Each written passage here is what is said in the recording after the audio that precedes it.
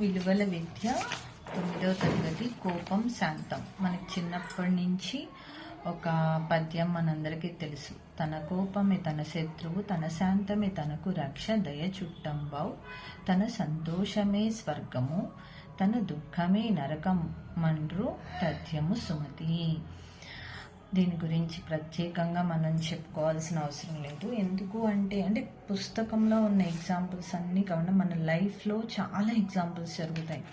ప్రతి ఒక్కరికి కూడా ఒక రోజులో కోపం తప్పకుండా వస్తుంది. అది చిన్నదానికైనా అవ్వచ్చు, పెద్దదానికైనా అవ్వచ్చు. అవసరమైన చోట కోపం చూపించడంలో తప్పులేదు.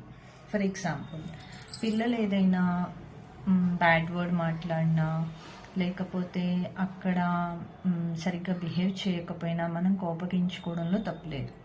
అలాగే ఒక టీచర్ ఒక స్టూడెంట్ మీద కోపగించుకోవడంలో తప్పులేదు. పేరెంట్స్ పిల్లల మీద కోపగించుకోవడంలో తప్పులేదు. పెద్దవాళ్ళు తన బిడ్డలు, మనవళ్ళు, మనవరాళ్ళ మీద కోపగించుకోవడంలో తప్పులేదు. కోపము అంటే ఆ కోపం కాదు. ఇక్కడ ఏంటంటే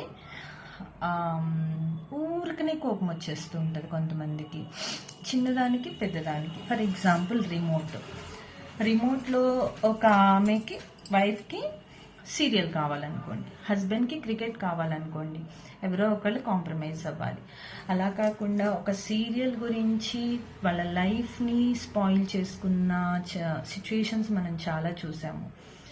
ఒక రిమోట్ గురించి, మొబైల్ గురించి, లేకపోతే ఫుడ్ గురించి చిన్న చిన్న వాటికి వాళ్ళ లైఫ్స్ని స్పాయిల్ చేసుకునే సిచ్యుయేషన్స్ మనం చాలా చూసాము.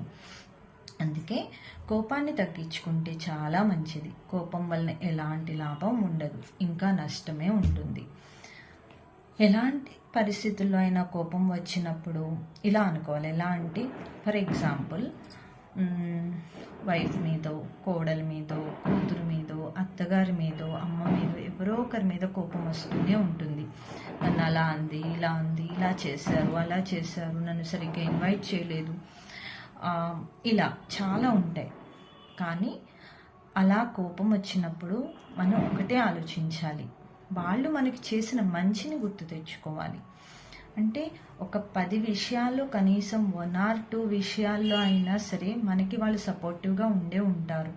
మన పిల్లలకో, మన ఇంటికో, మన ఫ్యామిలీకో ఏదో ఒక రకంగా హెల్ప్ఫుల్ అయ్యే ఉంటారు.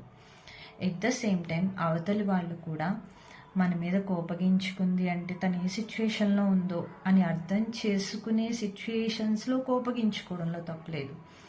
But for simple things, simple issues, no need to be angry. If you get angry, you are the loser. So అదే మనకి చాగంటి కోటేశ్వరరావు గారు చెప్పిన ఈ లెసన్లో, తన కోపమే తన శత్రువు, తన శాంతమే తనకు రక్ష అంటారు కవి. ఇక దయ చుట్టంబు, చుట్టం ఏం చేస్తాడు, మనకి ఏదైనా ఇబ్బంది వచ్చినా, ఏదైనా ఆపద వచ్చినా పరిగెత్తుకుంటూ వచ్చి మనకి ఉపకారం చేస్తాడు. మనకి ఎంత బాధ కలుగుతుందో అవతల ప్రాణికి అంత బాధ కలుగుతుందని తెలుసుకుని ఉండాలి. అంతే కదా. ఎవరైనా, ఫర్ ఎగ్జాంపుల్, నా చిన్నప్పుడు ఒక చిన్న సిచ్యువేషన్ చెప్తాను. మా అమ్మగారి మీద కోపంతో అంటే ఎవరో సమెక్స్ ఒక ఆమె ఆ కోపం నా మీద చూపించి నాతో మాట్లాడకుండా వాళ్ళ పిల్లలకి మాత్రమే అక్కడున్న మ్యాంగో ఆర్ యాపిల్ ఏదో డిస్ట్రిబ్యూట్ చేశారు, నాకు మాత్రం పెట్టలేదు. వాళ్ళకి గొడవలు ఉంటే నేనేం చేశాను చెప్పండి. సో అలా వద్దు. పెద్దవాళ్ళ కోపాలు పెద్దవాళ్ళ వరకు ఉంచాలి, అవి పిల్లల దగ్గరికి మాత్రం తీసుకురాకూడదు. Why? Because they don't know anything. Why you are not talking, why you are talking, why you are spending time, why you are not spending time, they can't understand at this age. Okay, పెద్దవాళ్ళు అయిన తర్వాత వీళ్ళు మా నాన్నతో మాట్లాడరు, వీళ్ళు మా అమ్మతో మాట్లాడరు. ఇలా అంటే పెద్దవాళ్ళ కోపాలు పిల్లలకి వెళ్ళకూడదు. చూడండి, నాకు ఆ చిన్న యాపిల్ విషయం అలా గుర్తుండిపోయింది కదా. నాకు పెట్టలేదు, మా అమ్మగారి మీద కోపంతో నన్ను ఒక్కదాన్ని పక్కకు పెట్టారు అని. కానీ ఈరోజు నేను నా కాళ్ళ మీద సొంతంగా నిలబడి నేను ఇండిపెండెంట్గా బతకగలుగుతున్నాను అంటే అలా చాలా మూమెంట్స్ జరిగాయి. సో నేను చాలా ఫీల్ అయ్యాను, బాధపడ్డాను. అందుకే నాకు పిల్లలంటే చాలా ఇష్టం.